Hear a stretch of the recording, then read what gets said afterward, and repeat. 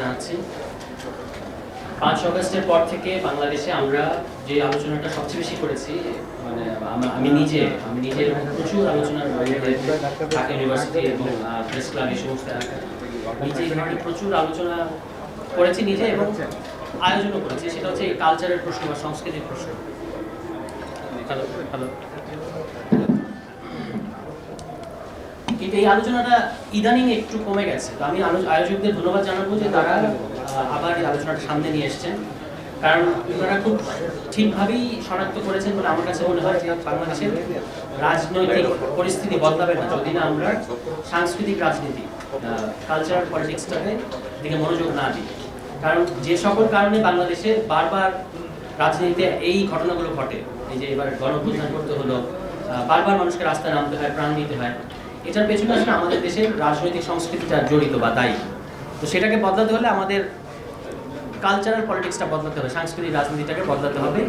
এই কাজটা গণঅভ্যুত্থানের পরে সবচেয়ে বেশি গুরুত্ব দেওয়া উচিত ছিল।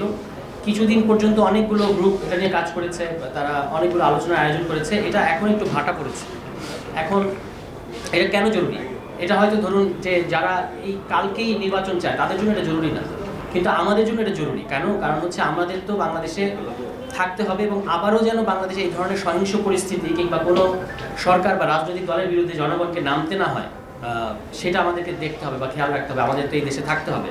এই কারণে আমাদের জন্য এই সংস্কৃতির আলোচনাটা খুবই জরুরি। তো এক্ষেত্রে আমি একজনকে খুবই প্রায়োরিটি বা একজনকে খুবই মানে আমার গুরু মান্য করি। তিনি হচ্ছেন, আপনারা সবাই চেনেন, আবুল মুসর আহমদ। তিনি বাংলাদেশের তিনি রাজনীতিবিদ, কিন্তু বাংলাদেশের একজন অত্যন্ত গুরুত্বপূর্ণ চিন্তক এবং বাংলাদেশের কালচার নিয়ে তার অনেকগুলো চিন্তাভাবনা ছিল। হ্যাঁ, এবং সেখানে তিনি খুব পরিষ্কারভাবে কয়েকটা কথা বলেছেন, যেটা আমি এখানে 2-3টা প্রসঙ্গ তুলব। 1 নম্বর হচ্ছে যে কালচার বলতে আমাদের কালচারাল অঙ্গনে মানুষজনের যে ধারণা, যেটা হলো গান বাজনা এবং নৃত্য, এটা একটা খুবই ভুল ধারণা। মানে এটা খুব ক্লিশে এবং খুব সংকীর্ণ ধারণা। কালচার এত ছোটোখাটো ব্যাপার না।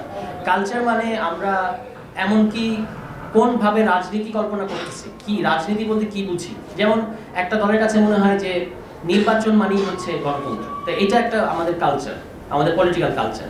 কিন্তু আরও তো অন্যান্য যে চিন্তা আছে, এটাকে তারা পাত্তা দিতে চায় না বা এটাকে আমল নিতে চায় না। এবং আপনি যদি খেয়াল করেন, আমি এখানে বিনয়ের সাথে আমাদের মিডিয়ার একটু সমালোচনা করতে চাই। গত 8 মাসে সম্পূর্ণ আলোচনা গণঅভ্যুত্থানের পরে পুরো আলোচনাটা তারা নিয়ে গেছে নির্বাচনের দিকে, যে নির্বাচনটাই কেন, কবে নির্বাচনের জন্য, এবং বারবার এই প্রশ্ন, আপনারা কি নির্বাচন পেছাতে চান? এখন আপনি যদি ভাঙা রেকর্ডের মতো বলতেও থাকেন যে না আমরা নির্বাচন পেছাতে চাই না, আমরা বলছি এই কাজগুলো করে আপনি নির্বাচনে যান, তবুও আপনাকে সন্দেহ করবে তারা। এরকম একটা পরিস্থিতির মধ্যে আছে। ফলে এই যে নির্বাচন কেন্দ্রিক একটা রাজনীতিকে নির্বাচনে সংকুচিত করা, গণতন্ত্রকে নির্বাচনে সংকুচিত করা, এটা আমাদের রাজনৈতিক সংস্কৃতির একটা বড় সমস্যা আর কি। তো এখান থেকে বের হওয়ার জন্যই আমাদের অনেকগুলো কথাবার্তা, এবং সেখানে আমাদের কিভাবে রাজনৈতিক দলগুলো সংস্কারের প্রশ্ন আসছে। যারা দেশে গণতন্ত্র নিয়ে এত বিচলিত, তারা কেন নিজের দলের গণতন্ত্র চায় না? এটাও আমার একটা আমার কাছে খুব বিস্ময় লাগে যে নিজেদের দলে গণতন্ত্র ঠিক নাই, একটা কোনো কমিটি কাউন্সিলের মধ্যে দিয়ে হয় না, কিন্তু তারা দেশে গণতন্ত্র চান। কিন্তু গণতন্ত্র মানে আবার তারা বলছেন ইলেকশনের মধ্যে দিয়ে ক্ষমতায় আসা। এবং ইলেকশনের মধ্যে কীভাবে বাংলাদেশে ইলেকশন হয় আপনারা সবাই জানেন। আপনারা এখানে আমার চেয়ে অনেক অভিজ্ঞ মানুষ। আমরা রিসেন্টলি রাজনীতি করতে এসে এবং বিভিন্ন লোকাল পর্যায়ে গিয়ে আমরা দেখেছি যে এখানে কেন তারা বিদ্যমান ব্যবস্থাটা টিকিয়ে রেখে ইলেকশনের জন্য এত মরিয়া, এটা স্থানীয় পর্যায়ে গেলে বোঝা যায় যে এটা কারণ এটা তারা খুব দ্রুতই সুবিধা পাবে। কিন্তু মানুষের আকাঙ্ক্ষাটা বদলে গেছে বাংলাদেশে।